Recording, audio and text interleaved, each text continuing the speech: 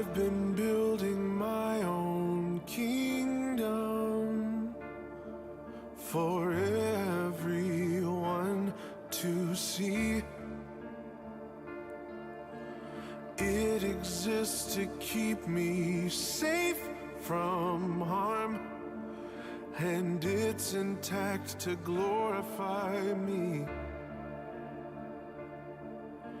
Nobody helped me build this up. It was me and me alone. I've appointed myself as the king, and I've given myself the throne. But it turns out I'm no ruler, and I have no control. So I have decided to destroy it all.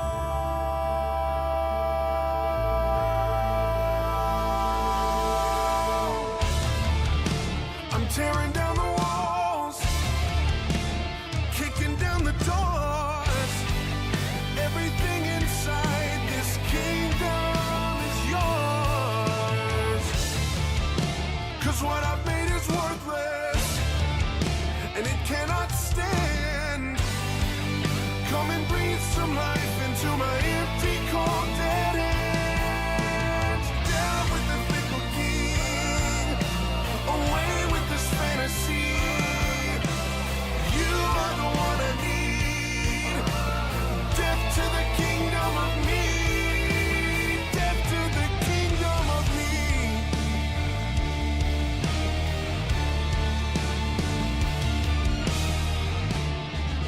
I should probably be frightened. This empire's all I know, but it always does more damage than good. I'm afraid it's gotta go. I know that I can't be trusted, 'cause I'm just a man. And if you hadn't given your life for me, a loser would be all that I am. You know they say just follow your heart. I'm afraid that's a load of trash. Your heart will take you down to deep, dark places where you feel like you'll never come back. So I'm coming out of the dark. This facade is...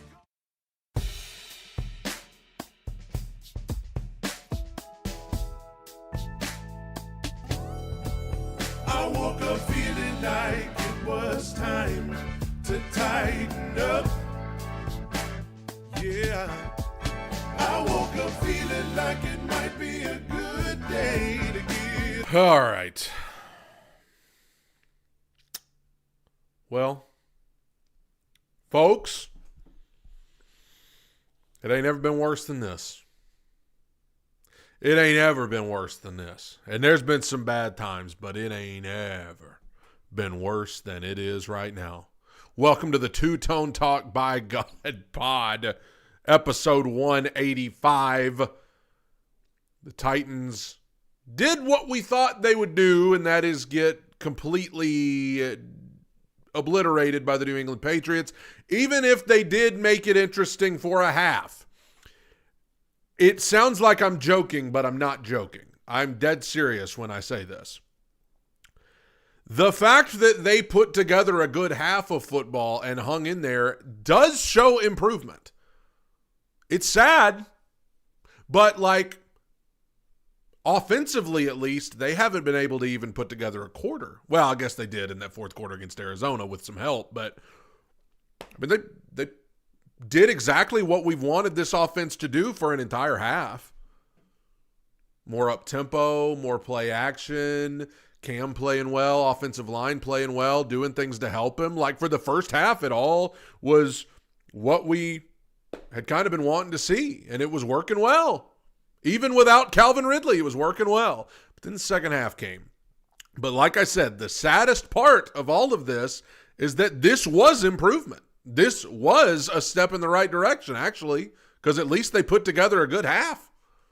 They haven't done that since week 2. I mean, it's awful, and it sounds like I'm joking, but I'm dead serious. There was improvement. Let's get into all of this. We're going to talk about Cam Ward. We're going to talk about all of that. But I just want to hit on this real quick. The Tennessee Titans organization has to do some soul searching. I'm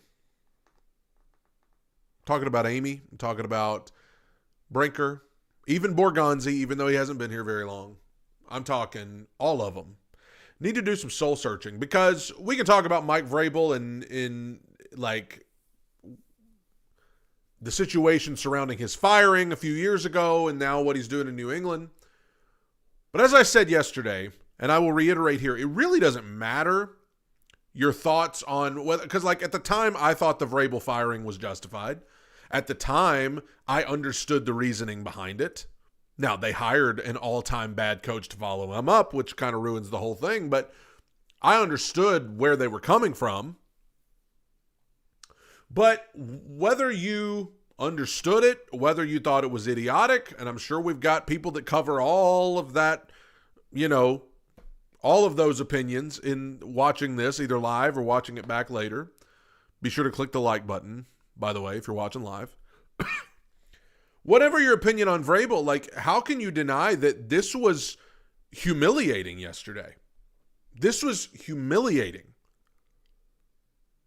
For him to come back in here, whoop you, to improve to 5-2 on the season. They're currently the number 2 seed in the AFC. You have Titans fans in the stands with signs about how they miss Vrabel. You've got people in the parking lot with signs talking about how much they miss Vrabel, apologizing on behalf of the organization for firing him. The fans start chanting Vrabel's name toward the end of the game, and I know that was mostly Patriots fans, but he's like a king. He's like a king that they're hoisting up, and all these articles about, how he has, treated the reporters so well, and he's always been so kind to everyone, and he adopts puppies, and he goes and visits orphans, and all of this stuff. I mean, he's just a regular old hero. And then after the game, he's standing, I don't know if you guys saw this, the report that came out, but after the game, he's standing in the tunnel greeting his players as they come in. Amy Adams Strunk and the rest of Titans ownership walks by. They don't even look at him. They just keep walking forward. They don't even glance at him. Like this is an episode of Degrassi, or like this is an episode of like Meeting the Kardashians or something with some drama. It's embarrassing. The Titans are 4-20 since they fired Vrabel. It's embarrassing. What happened yesterday was like a humiliation ritual for Amy Adams Strunk and the Tennessee Titans. And now there's nobody left to fire because she already fired Callahan. It is humiliating. It's embarrassing to watch. It's embarrassing to be a fan of right now. Because you can try to argue with people that, about the Vrabel firing and whatever, but what leg do we have to stand on? He left and is doing great in New England, and we've been horrible ever since he left. No, we weren't very good before he left those last 2 seasons, but, I mean, nobody wants to hear that. The narrative is that we fired a good coach who's now being a good coach somewhere else, and we went and hired the worst coach, and now we're either the worst team or the next to worst team. We'd have to fight it out with the Jets to see who's truly the worst, but we're one of the worst organizations and teams in football. And so in talking about the higher-ups, I maybe I'm alone in this opinion, but I don't feel like this is like an effort issue. With some guys it is. I mean, there are certain guys on the team that I think are just kind of phoning it in. But overall, for the most part, I don't think it's an effort issue. I don't think it's that the Titans are just going out there and laying down, most of them. It's a talent issue. This team's not talented. And they're not well coached either. I mean, all of y'all that are trying to say yesterday is somehow proof that Brian Callahan wasn't the problem. You need to go take a nap or something, because you need to reevaluate your life. Yeah, like Brian Callahan should have been fired. This is still his offense. This is still his coaches. This is still his culture. He's only been gone a week. So don't hit me with all this. Well, yesterday proves that Callahan wasn't the problem. No, Callahan was a huge problem. He was the biggest problem. Now, there are problems that run deeper, though, because at the end of the day, the Titans got beaten by a much better team. The Titans did not belong on the field with the Patriots, and that's not the first time this year I've said that. I said that after they lost to the Rams. The Titans didn't belong on the field. Listen to some of these starters we had in there on defense. James Lynch, Ali Gay, Jalen Harrell, Darrell Baker, Jalen Amar Davis, the Jarvis Brownlee replacement, Cody Barton. I mean, that's our defense. Those are the guys we have in there on defense. I mean, it's just, listen to that lineup. And yes, there are some bright spots on defense, such as Cedric Gray, Jihad Ward's doing some good things here and there. Raj McCreary's usually pretty consistently good. Tavondre Sweat was pretty good yesterday. But defensively, like when you've got those guys in there consistently that I named, Lynch, Gay, Harrell, Baker, Amar Davis, Cody Barton. It's just what? That, of course, you're getting smoked. Offensively, this wide receiver group, I mean, it's hideous. Tony Pollard, who's, probably about ready to retire. Dan Moore getting paid $50 million. J.C. Latham, first-round pick who can't block a soul. Like, there's a talent issue here. Now, the Titans also have a culture problem because they've been so poorly coached, and Brian Callahan did not bring in a culture with him, and obviously, not good at developing any sort of culture at all. So you take a bad roster anyway with a ton of guys who probably wouldn't even touch the field elsewhere. Then you give them no culture and they're poorly coached. I mean, you get what you get. This organization has been next level bad at acquiring talent. Like, that's where Amy, again, time to do some soul searching. Not only did you fire the coach that's now doing awesome somewhere else, and then he comes back and whoops your butt, but you had all-time terrible drafts from 2020 to 2022, maybe 2023 too, with the exception of Pete Skoronski. You've had awful drafts. You've been terrible at acquiring talent, utilizing talent, drafting talent, developing talent. It's been awful. And now we're just seeing the results we're reaping what we've sown in this organization, because it's just been a comedy of errors since we really started in 2020 with drafting Isaiah Wilson. I mean, that started the series of terrible drafts when we had good teams at that time and we needed to be drafting the next group of guys that were going to come in and keep it going, and we just drafted dud after dud after dud after dud after dud. Thank you, John Robinson. Dud after dud after dud.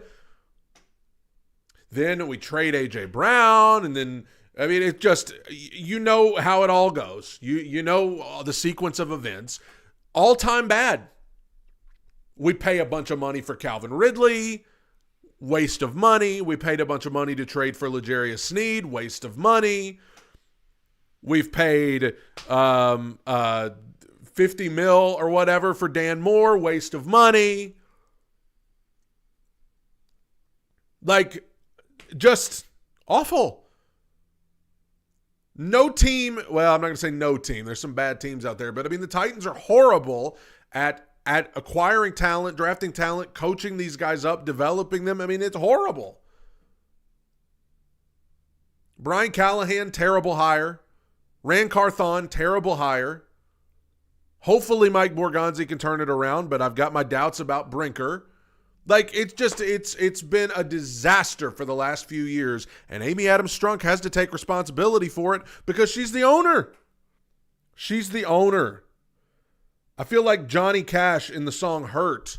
What have I become? That's what I feel like when I watch the Titans. What have we become? What have we become? A laughingstock. The butt of the joke. And so Amy Adams Strunk, sorry, but you've earned the right to be this week's Weenie of the Week. No weenies allowed, Amy. No weenies allowed. You're the weenie of the week. You're the weenie of the last few years especially. And yesterday, the weenie of a lifetime.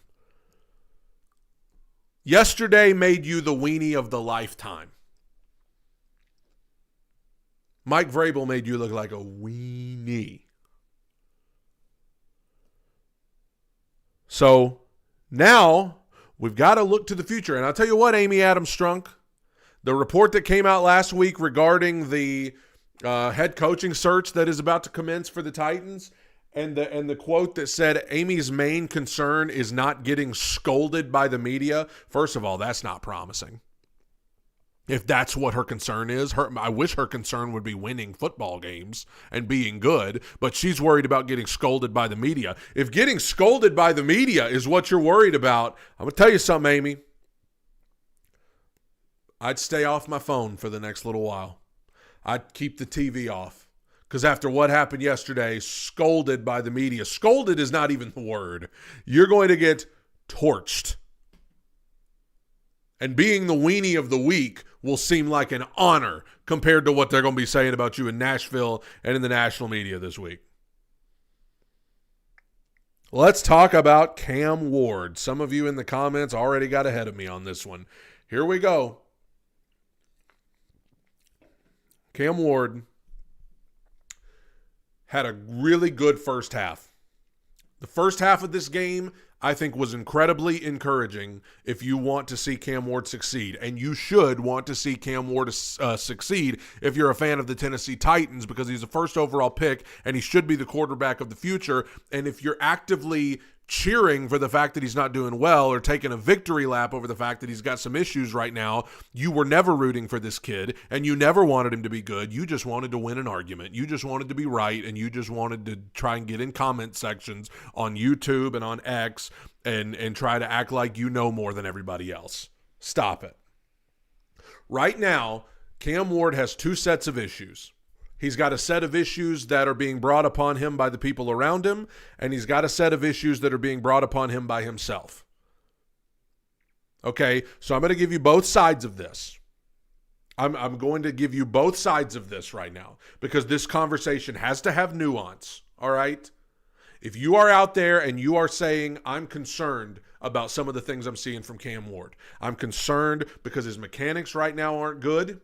I'm concerned because he's throwing off of his back foot. I'm concerned because he's still holding on to the ball sometimes too long. I'm concerned because he's turning the ball over and the ball's slipping out of his hand. I'm concerned because he's got some accuracy problems. Listen, you're valid in those concerns. Those are problems right now. I'm not going to sit here and sugarcoat it, just like I didn't sugarcoat it with Will. People with Will Levis, people tried to blame it on everybody else other than Will, and I was the one sitting here every week saying, no, some of this stuff's just on Will. Well, now I'm here to tell you some of this stuff's just on Cam. His mechanics have got to get better, his accuracy's got to get better, and the turnovers have got to stop. And I don't want to hear this kid saying, when I start playing my way, this league's effed. I don't want to hear that anymore until you can start doing it. Because, I mean, you can't come out here and say stuff like that and then have the ball slip out of your hand 2 weeks in a row, all right? Like, can't do it. Now, you're valid in having your concerns, but on the flip side, you are valid in saying it's outrageous to try to label this kid a bust after 7 games. It's outrageous, guys. It's insane. And if you're already doing that, you were never rooting for this kid to start with.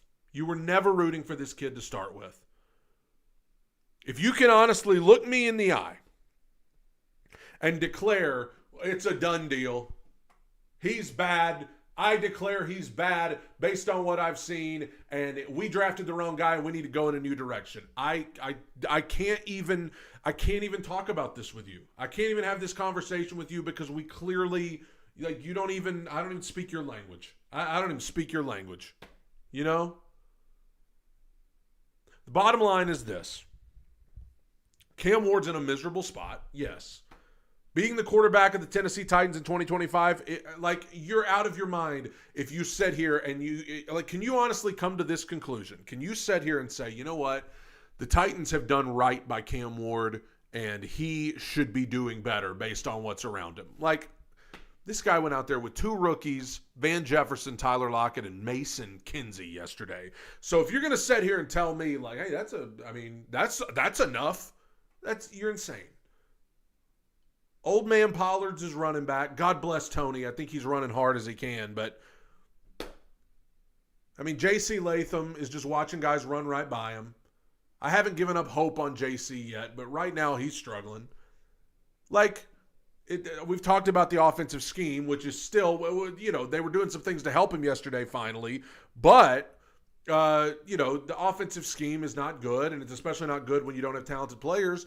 He's in a miserable spot, and nobody else would do any better. I can't believe I've got anybody sitting here, first of all, saying that Jackson Dart would do better if he was with the Titans. No, he wouldn't. Jackson Dart would be a laughingstock if he had come here. He would be absolutely... I had somebody in my comments today that say, what do the Giants have that the Titans don't? You ready? Better coaching, better receivers, better offensive line, better run game, better defense. Other than that, yeah, they're similar. Unless we forget before we talk about how great Jackson Dart's doing, I mean, they're 2-5. It's not like, they were up 23-8 or whatever yesterday, and then he threw a terrible interception. So just calm down with the Jackson Dart praise. But I've also got people saying the Titans should have taken Jackson Dart at number 1. They would have been laughed out of the NFL if they had done that. Do you understand me? Like, all of you that want to sit here and say, well, the Titans should go in a new direction at quarterback. If they actually did that, you'd be the first ones on here crying about how dysfunctional they are. You'd be the first ones doing it. And also, it's not that I can't sit here because Who You Pickin' said, you're wrong, bro. Learn the language if you don't know it. Cam is a big problem right now. Inaccurate AF.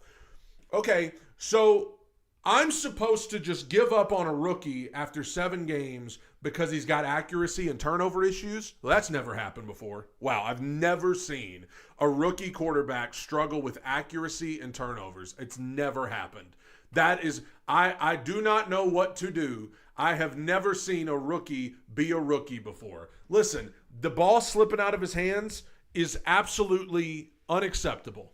Unacceptable. The ball, he did it against the Raiders last week. He did it this week. The ball slipping out of his hands, yes, that's one of those things that's on him. Throwing the ball behind Chigakonkwo and it getting intercepted, that's completely on him. But I'm telling you right now, if you came into, we can't sit here all summer and say, hey, there's going to be growing pains. It ain't going to be perfect. And then as soon as it ain't perfect, we start going, oh, my God, we should have kept Will Levis. First of all, you guys that are obsessed with Will Levis and wanting him back, he's recovering from surgery. He would not be playing anyway. And second of all, have you forgotten?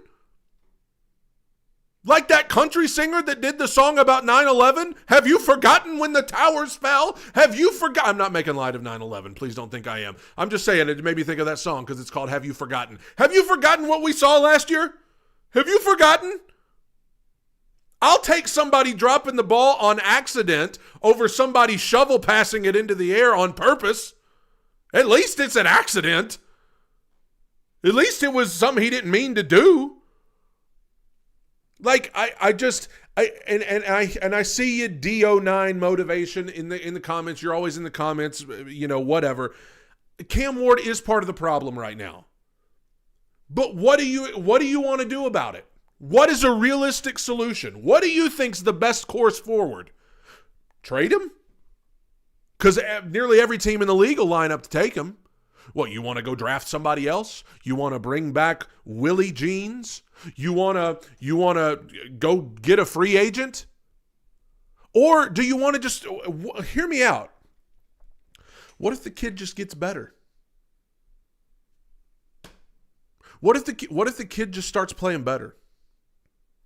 What if his mechanics, hear me out, get better? What if the turnover problem, hear me out, gets better? Is that unheard of? I mean, are you telling me? Are you telling me we've never seen a quarterback come into the NFL, especially on a team like this, struggle with accuracy and turnovers and footwork? I mean, this is like how many people gave up on Caleb Williams after last season? I'm telling you guys, it's the TikTok generation. It's the TikTok generation. It's the instant gratification generation. We want what we want right now. We want things to be great right away, and if it's not great right away, it must be bad. People gave up on Caleb Williams. People said Baker Mayfield should retire. People said Baker Mayfield should retire. And now he's a front runner for the MVP, along with Drake May. Sometimes it's just, and also, here's where the conversation ends for me about whether or not the Titans drafted the wrong guy or Cam Ward's hopeless or whatever. We all know that's an idiotic argument to make, but here's where the argument ends for me. Send him to San Francisco right now. Send him to the 49ers right now. He'll look like a stud. Send him to San Francisco right now. They're winning games with Mac Jones. Send him to San Francisco right now. He'll look like a stud. Send him to Green Bay right now. They made Malik Willis look good. Send him to Green Bay right now. He'll look like a stud. Flip-flop the Giants and the Titans and put Jackson Dart on the Titans, Cam Ward on the Giants, and Cam would look better. He would look a lot better with the Giants. This is what I've been saying for 2 weeks. The Titans have not done right by this kid. It's not to say that the ball slipping out of his hands is not on him, because it is. It's not to say that his mechanics and footwork's not on him, because it is. Do not take this as me saying Cam's not allowed to be blamed for anything. He is. I agree with D09 motivation. Cam's not playing well right now, and we should be able to say that. You're not sinning by saying that Cam Ward's not playing good enough right now. He's not. He's not. But there's a difference in saying, hey, he's got to get better. He's got to play better. He's got to work on these turnovers and this footwork issue. He's got to work on this. There's a difference in that and saying, well, after 7 games, I've declared that this was a bad pick and it's hopeless and he's not the guy. How could you possibly come to either conclusion right now? Whether you think he's the greatest in the world or whether you think he's the bust of all bust. How do you come to that conclusion right now? I didn't like picking Will Levis in the 2nd round, but I gave him every benefit of the doubt possible. I tried to believe in him with everything I said. And D09 motivation, I'm not just talking about you. I'm talking about everybody. You know, it's not just you. I've mentioned a couple of your comments because I look down and see yours. But I mean, there's been a lot of people over the last however long talking about, you know, well, drafted the wrong guy. He stinks. It's been 7 games. And yes, he's struggled and he's struggling now and he needs to be better. But you know what? The first half yesterday I know the fumble and the turnovers in the second half stay in your mind, and they should because they were bad. But the first half was encouraging when they got the pocket moving, when they did more play action, when they ran more tempo. He was looking better. Not to say it was perfect, but there are some encouraging things here. He's got to clean up his turnovers. He's got to clean up his turnovers and his footwork, as have most rookies in the NFL, especially on a team like this, man. Especially on teams like this. He's a 1st overall pick. He's not going anywhere. He's not going anywhere. So I'm not saying you're not allowed to be worried, not worried, but concerned, that's the same thing, about some of the things you're seeing from him right now that have got to get better. He's a 1st overall pick. He's supposed to be our beacon of hope in the middle of all of this madness. And yes, he needs to be better. But I'm just telling you right now what the Titans need to do. What they need to do, they need to mimic what the Patriots did last offseason. The last year of the Patriots organization is what the Titans need for the next year of the Titans organization. Because the Patriots were not good last year. They were 4-13. They had a bad roster. They were coached by Gerard Mayo. They were coming out of the Belichick, Kraft, Brady madness of the big breakup with all of that going on. And they were bad, 4-13. Drake May showed signs of being really good last year, but he got sacked a lot. He turned the ball over a lot. So what did the Patriots do? What did they do? They hired Mike Vrabel. You can think whatever you want about Vrabel. He's a good coach, and he's a stabilizer. He's a culture guy. He's a guy who can come in and make a team look like a professional football team when they haven't. He's a team that can get something out of the players. That was a good hire for them. That's the exact kind of guy they needed. Not just because he's a former Patriot, but because that's the type of coach they needed. Then they had a lot of cap space. They used it wisely. Then they had a good draft, and they got a great offensive coordinator in Josh McDaniels to help Drake May. And now look at them. They turned it around that quick. You talk about rebuilds, they did one in one offseason. Now, the Titans are about to hire a new head coach, which means new offensive coordinator, new everything. Then they've got a lot of cap space. I think maybe the third most. Somebody might have to check me on this. The third most in the NFL coming up. Then they're probably going to have top 5, maybe top 3, top 2, top 1 draft pick. So the Titans are in a similar situation as to what the Patriots were at this time last year. Albeit probably a little worse, but either way, the Titans have got to build around Cam Ward this offseason. Whoever they hire, and again, this is why Mike McCarthy's name's been thrown out there so much, because that's a stabilizer. That's a guy with experience who knows how to do this, who can coach, who can come in and calm all of this down. Make this look like a professional football team. I would love Mike McDaniel as the offensive coordinator. He's about to get fired by Miami. I would love him as the offensive coordinator. I don't know what his contract situation is there, but I would love that. But get a good offensive coordinator for Cam Ward. Get some weapons. You cannot put this kid out there with Tyler Lockett and Van Jefferson and rookies. Now, I do think Io Manor and Chimere Dike show a lot of promise, and I'll get to them in a second. But I want to use, I mean, right now, as it sets right now, and we got a long way to go, I want to use that first-round draft pick on a wide receiver. I'm sick of this. I'm sick of this. I am sick of watching this wide receiving group that is year after year one of the worst in the league. I want to do everything we can to improve that wide receiver room this year. Offensive line-wise, I don't know. I mean, JC's not going anywhere. We got to get him better. But you've got to build around this kid this year. Use these next 10 games for him to hopefully grow and learn, and then this offseason pull out all the stops, just like New England did for Drake May. You've got to mimic what they did. Regarding yesterday's game, let's talk about who played well, because there aren't many of them. I thought the defense was the worst it's been all year. But look, I mean, with Jeff going out and no telling how long he's going to be out now, I mean, it's just, we didn't stand a chance. Well, I mean, first of all, Drake May is just great. He's playing at an MVP level right now. There's only so much you can do, but I'll tell you two guys that I was very disappointed in. I understand I don't expect much from James Lynch. I don't expect much from Jihad Ward or Darrell Baker. You get what you get with those guys, but I'll tell you what. I was disappointed in Cody Barton, and I've been disappointed in Cody Barton. I don't know. This guy he don't look like he knows what he's doing.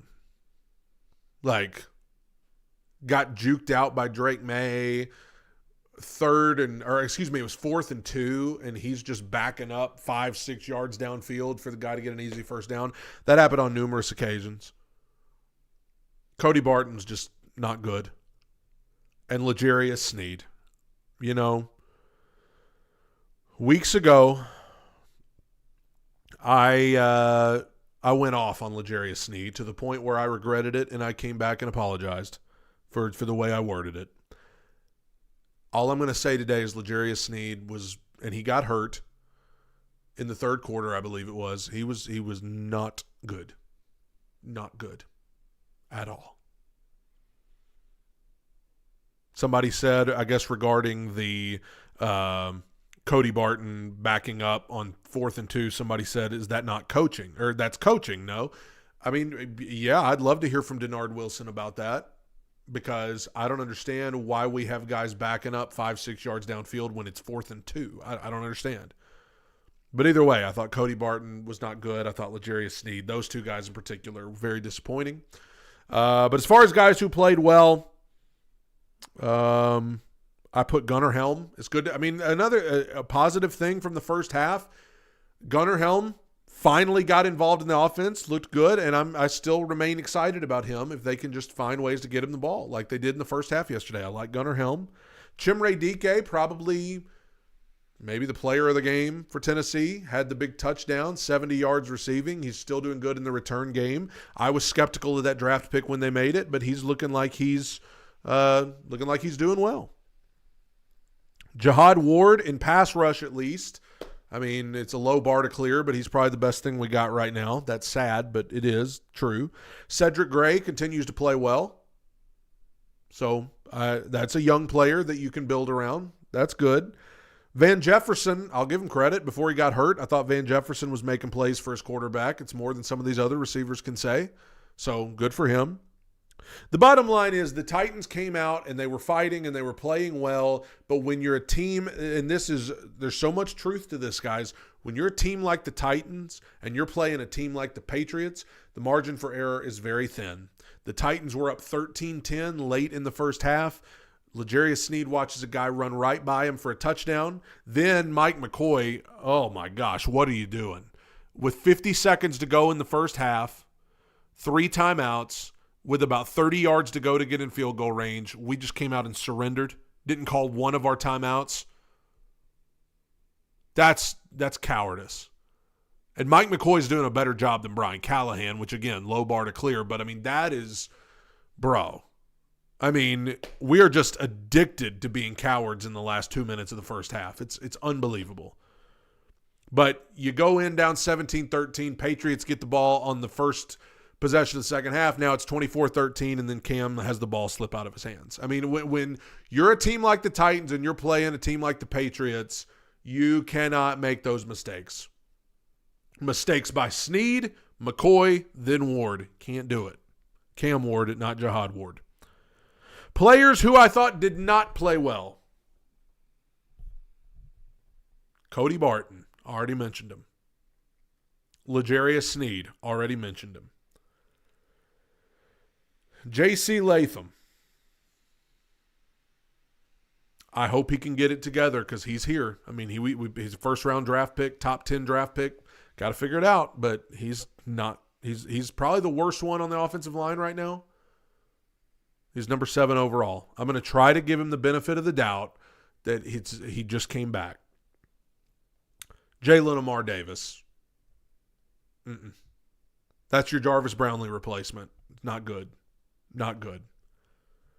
So now we look ahead to trades. Because I said yesterday on X, and I completely stand by it, I think you could start seeing players traded as early as this week.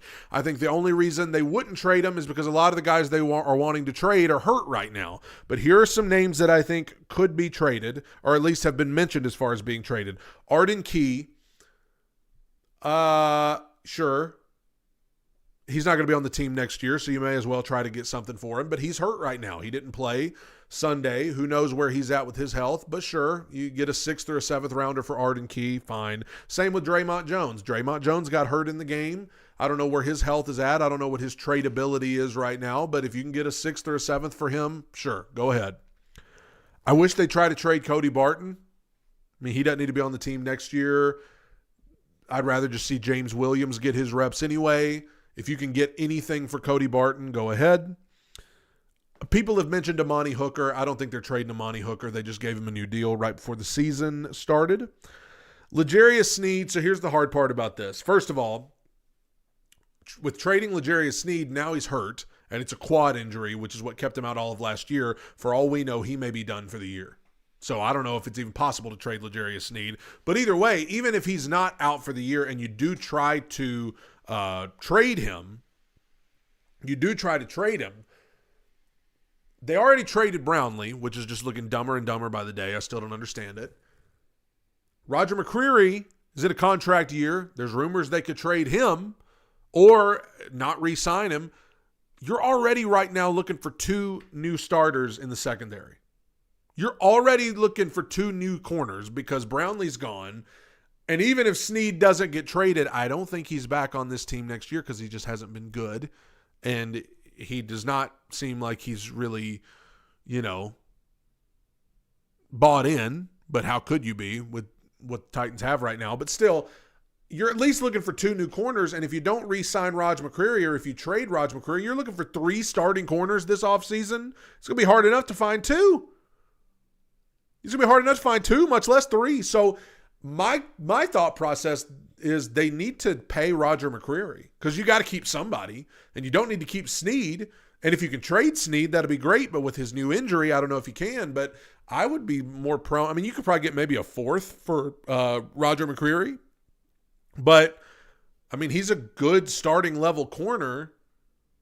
I would just pay Roger McCreary and keep him around because you can't just get rid of every corner you have. And Jalen Amar Davis is not a starting corner. He doesn't need to be treated as such. Quandre Diggs, sure. He's on a 1-year deal. He's played okay. You can trade him, I guess, for a late round pick. Xavier Woods, safety, same thing, on a 1-year deal. If you can get something, go ahead. That's the defensive players. Oh, I got one more defensive player that I'll throw out there, and you guys aren't going to like it. I'm not saying they should do it, but I would not be surprised if they try to trade T'Vondre Sweat. If they get a good deal that they like, I would not be surprised if they try to trade T'Vondre Sweat. I don't want them to do that. I don't think they should do that, but you can say they're never going to do that, but I mean, they traded Jarvis Brownlee and T'Vondre Sweat. It wouldn't shock me if they view him the same way they view Jarvis Brownlee. Not a good locker room guy, distractions, hurt, has all these problems. I don't want him to trade T'Vondre Sweat, but it will not surprise me if they do. On the offensive side of the ball, Kevin Zeitler, right guard, sure.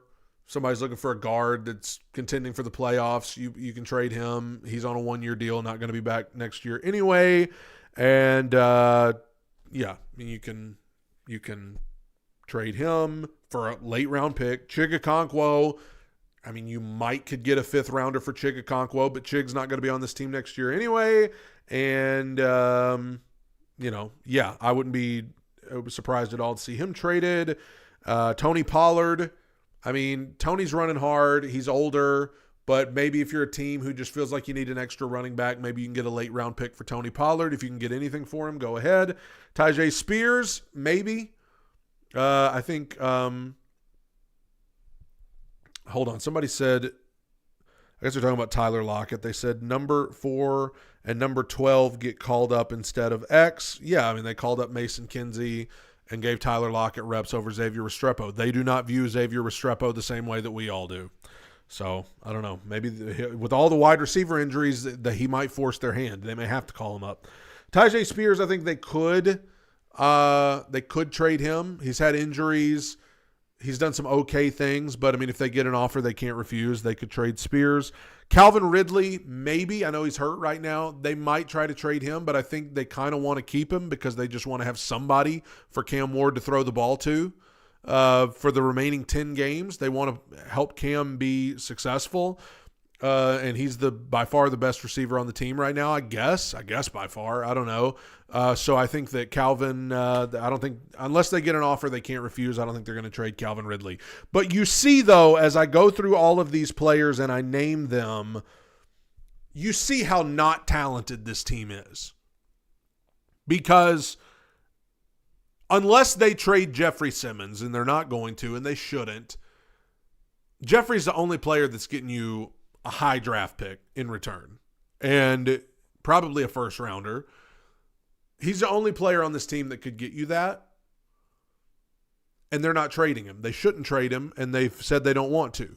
So, I mean, look at all these players they could trade. And, yeah, I'm down to trade everybody and get everything we can. But, I mean, you're just talking about a bunch of 6th and 7th rounders. And it's not that 6th and 7th round picks are bad. I mean, you can build your team through stuff like that. That's a great thing to have, but like, this is what you're getting in return for these guys. 6th, 7th round picks, because these are the guys that people would want in trades, and it's all you would get is 6th and 7th rounders. Even Calvin Ridley, you can say whatever you want. We got a 5th for DeAndre Hopkins last year. So, I mean, I doubt you'd get any higher than that for Calvin. It's a bad team. It's a bad roster. They're poorly coached. There's no culture. This is a lifeless organization, and it has been for a while, but it somehow has gotten even worse from last year. Just as we get ready to sign off here, these are some quotes from other teams after playing the Titans this year. After week 3, Michael Pittman said they didn't look like they wanted to play. No energy. That was from Michael Pittman in week 3. An anonymous Raiders coach after last week said this is the worst team we've seen in 25 years. Kayshon Boutte, the wide receiver for the Patriots, who was kicking our booty yesterday, said that they were the benefit of lazy cornerback and safety play. These are the things that people are saying about the Titans after they play us. Lazy, no energy, didn't look like they wanted to be here, worst team we've seen in 25 years. That's where we are right now. As I said at the beginning of the episode, Amy Adams Strunk, time for some soul searching for this organization, because this is as bad as it's been. This is as bad as it's been. You've either got people who don't want to be here, or you've got people who want to be here, but they're just not, they can't hold up talent-wise. I say it every year, but a very important offseason is coming. You got to hire the right guy. You got to get the right staff in here, and you got to make right moves, finally, because you've made all the wrong ones over the last few years, and that's what we're seeing on the field every week. You've made all the wrong moves. You've traded all the wrong guys. You had at least 3 years where you drafted all the wrong guys. You paid all the wrong guys. You let all the wrong guys go. Over and over and over and over and over again. A comedy of errors. And so yesterday wasn't surprising. This was inevitable. Bad hires. Brian Callahan, Rand Carthon, bad hires. Bad roster. As poorly coached as you could possibly be. No culture. But y'all want to sit here and tell me Cam Ward is the big problem here. I'm not saying he's not got issues, because he does, but it runs a lot deeper than Cam. It ran a lot deeper than Will. There's a lot that needs to change. Sportacular said went to the game yesterday, got front row seats, and when Sweat was going back into the locker room, he said, man, what I got to do to get a win. That's sad, man. He's in his second year in the league, and he's been a part of, well, I guess 4 wins, but the win against Arizona, he was on injured reserve for. So he's probably only been in the locker room for 3 wins. Doing irreparable damage to your young players. They're frustrated. And now they got to go play the Colts, by the way. They got to play the Colts probably without Jeffrey Simmons. Jonathan Taylor may have 400 yards. I hope I'm wrong. The Colts may put up 50. They may put up 50 points on Titans. Like one of those games that could be done by halftime and Cam Ward's pulled by the fourth quarter because they just don't want him to get hurt. Like it has all the makings of that, because the Colts already whooped us in week 3, and now we're going in without Jeff. Whew. Sunday going to get ugly.